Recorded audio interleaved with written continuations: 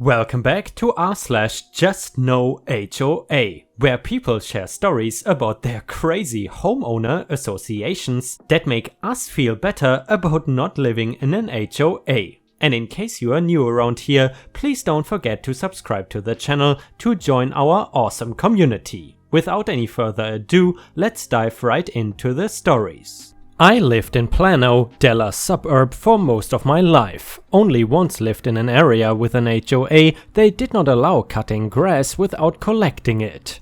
I would mow/edge the lawn weekly while green. Once a month I would take the grass catcher off while mowing to leave the natural fertilizer on the grass. Letter from HOA came after a few months. I went to the meeting to petition and was shrugged off as an eyesore to the neighborhood. I was upset because I did not want to fertilize the grass if I could avoid it. That was towards the end of the summer, so I played nice until the grass went brown and then did some research. I gathered all the information I could about the benefits of mulching the clippings instead of always removing. I also had a friend in the area who was a kind of well-known gardener, not Neil Sperry. He became my key witness at the March HOA meeting.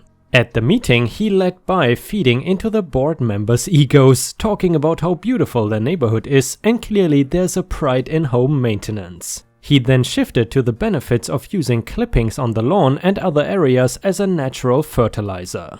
Also the cons of using certain mass-produced fertilizers and weed killers. The board thanked him for his time and said they had rules meant to ensure the neighborhood stayed pristine. I thought that was it and was annoyed. Come April or May, revisions were made to the rules to allow mulching of clippings twice a month as long as clippings were not left in clumps. I think it had a size limit of 3 inches in any dimensions. I can imagine someone walking through my front yard with a measuring tape. Success! I know this is not a nightmare scenario, but I had to bring in a so-called expert to get the stubborn board that had been in power for 10 plus years to get a simple thing approved. And guys, if you have any nightmare HOA stories, I would encourage you to either post them in the comments of this video or even better, post them on r/ripe stories on Reddit. And in case it is an interesting story, you have the chance that I will read it in the video if you want.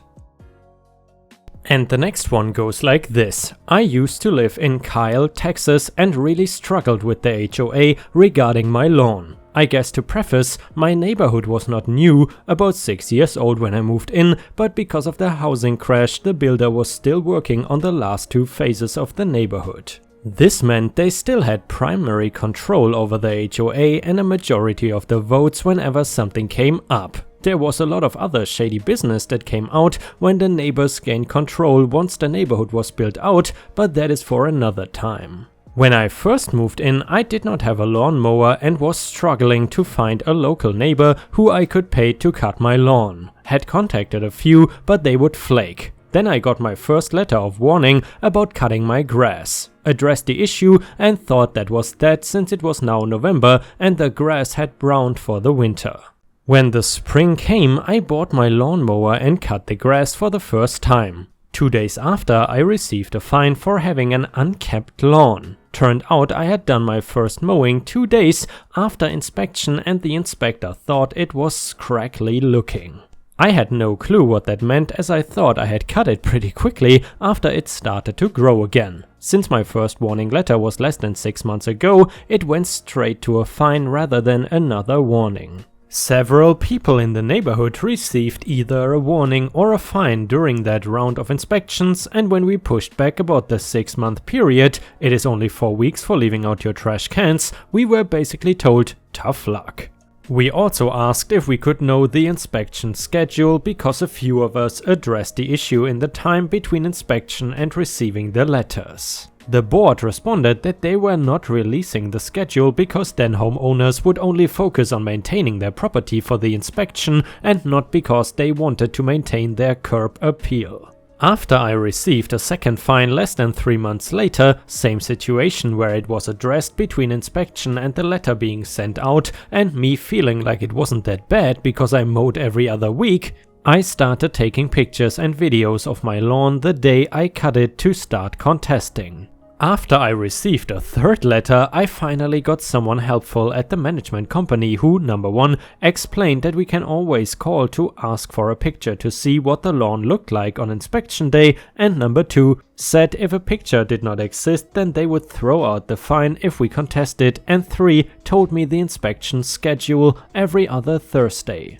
A group of us all received the answer at the same time and would DM people with the information if we saw a complaint about the lawn fines on the HOA Facebook page. This way the board would not know we knew the schedule and try to change it. A few years later, once the builder was out of the neighborhood, our new board started to publicly share the inspection schedule by posting a reminder the Friday before inspection, and also added the date to our announcement board at the entrance. And guys, honestly, I'm not sure if I could handle the pettiness that is involved in a lot of these stupid HOA supposed violations and rules. It would make me super uncomfortable to live in such a neighborhood. Anyway, I would really appreciate it if you could like the video and post some star emojis in the comments if you enjoy my content. Thank you so much in advance.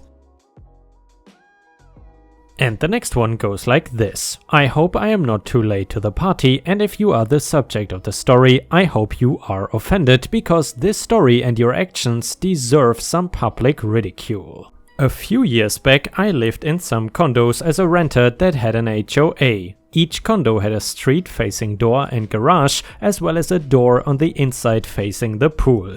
I am a typical working middle-class guy with a typical family, a wife, some kids and the occasional pet. One of our neighbors was 3 specific minority families that got together and decided to buy this one unit on the end. They all lived there most of the time and often had questionable visitors come by. The president of the HOA for the condos was also the majority owner, and he lived hours away, but he would come on vacation at his condo during the summer to be by the beach. One night my wife and I just put the kids to bed and we hear this obnoxiously loud knock on the front door. "We have a doorbell," is all I could think, so I walked up to the door and looked through the peephole and recognized the guy, but could tell something was up. My wife freaked out and called the cops like right away. I opened the door and the guy started screaming, "You're dealing! I want some! I will pay right now! Hook me up!"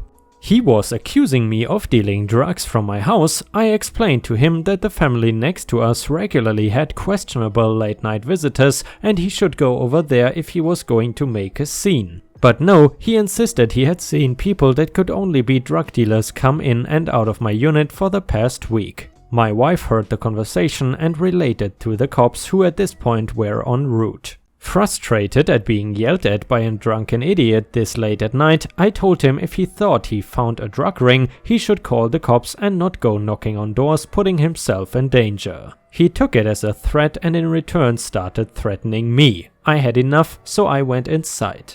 About the second I got the deadbolt locked, he starts banging again, waking up my sleeping 3- and 1-year-olds. I stepped into my room, grabbed my pump shotgun, told the kids to go to the back of their house and opened the door again with my gun to his face. My wife told me John, a family friend who was also the on-duty night cop, was coming to the house. I told her to advise him of the situation. The drunken HOA president then took my show of arms as confirmation that I was indeed the drug lord he was after and starts to walk off. I let him because I'm not about to walk outside of my house with a loaded gun drawn. He calls the cops and before he gets off the phone, John, our family friend, arrives with lights on and everything.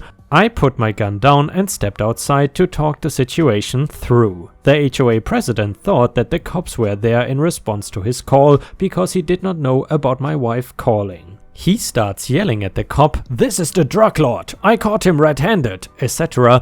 John cleverly asked him to cross the street for questioning, then placed handcuffs on him for being in public domain while intoxicated. He blew a .12 BAL and got arrested that night. The cops told me that if he was ever a problem again, just to call. The next week we got a letter from his wife, the HOA VP, informing us that we had to move out. I took that to the owner of the unit we were leasing and we threatened to take it to court. I attended the next HOA meeting with the owner with police report in hand, and the board unanimously voted to remove the president and VP completely from the HOA, and they comped our fees for the next 2 years. And I have to admit, Ripe Stars, that was one of the most satisfying HOA stories I have heard in a while. And the next one starts like this. My HOA is incompetent and mostly defers to the MUD. The MUD tries to enforce the CC&Rs. The way my neighborhood is set up, there are small streets out front and alleys in the back with access to a driveway.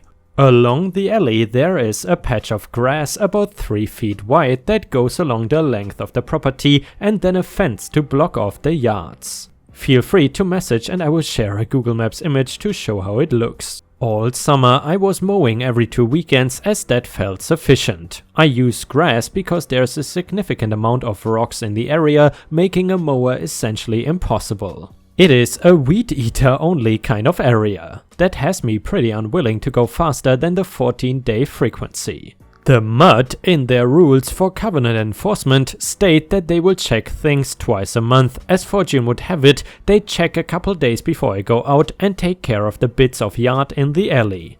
They sent a rather useless public shame yellow postcard complaining about the lawn. By the time it is sent, I've already handled that section. A couple weeks later, they sent a letter demanding it gets mowed, showing pictures of it again. Again, it has been mowed since their pictures. Later, they have a lawyer send the same threat with more pictures demanding compliance within 14 days. Again, it was mowed since their pictures. As with typical CC&Rs, there's not a measurable value associated with the lawn care. This is also the MUD, so their board of directors is required to use reasonable judgment to show their enforcement is needed to preserve taxable value of the home. I point out their delay resulted in them sending me the threat after it was already settled, though it was never in violation. Rather than ensuring it was settled, they tried to cite the vague CC&Rs. They were not prepared for me to reply back with a breakdown of why they currently did not have a case and another section of why they never had a case. If you are curious, I walk my pup a couple times daily in their area of responsibility. I know their lawn maintenance schedule, and there's a soccer field they mow every Monday morning around 7:30 AM. They mow the rest of the common areas every 6 weeks on Tuesday morning. If they want to weed eat near the water, they do that on Wednesdays. About every 3rd time they mow. I point out they have defined reasonable as every 6 weeks through their actions.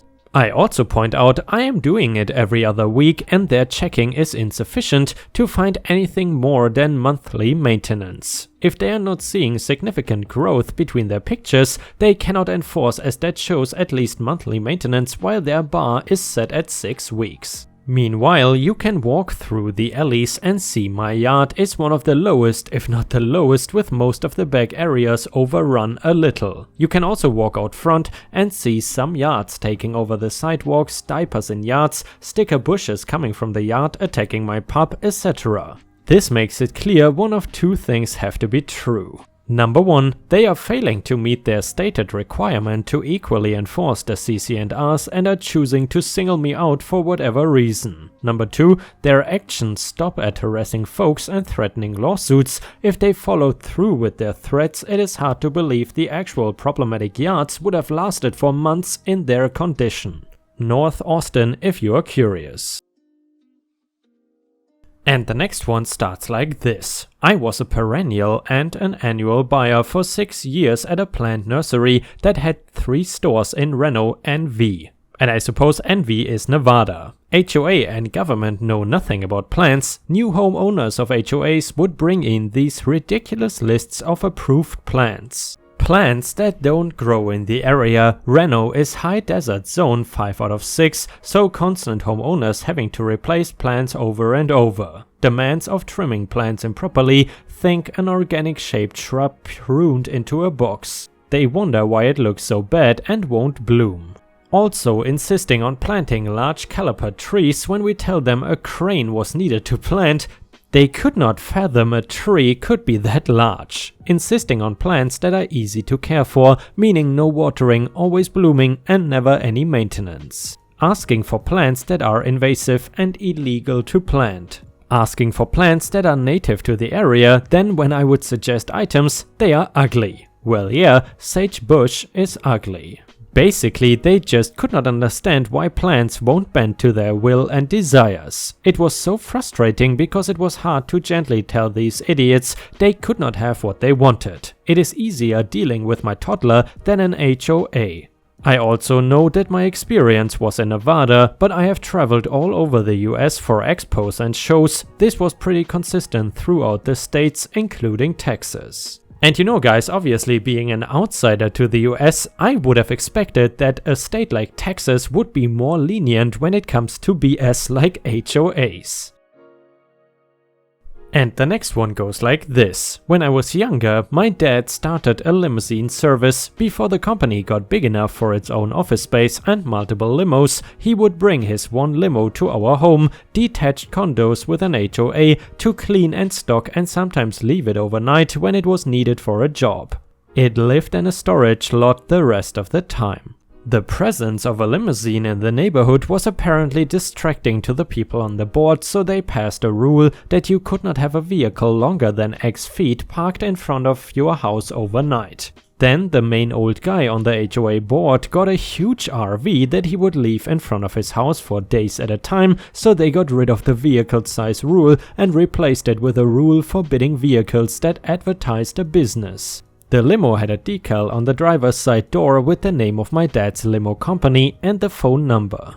Then someone else on the board started a landscaping company and had a pickup truck with the name of the landscaping company on the side, so they changed the rule to only allow such vehicles to be in your driveway, not parked on the street, since the pickup could fit in the owner's driveway but a limo couldn't fit in ours. Basically, rather than just make a no limos rule, they kept making rules that disallowed limos and then kept changing it when it would accidentally apply to anything but a limo.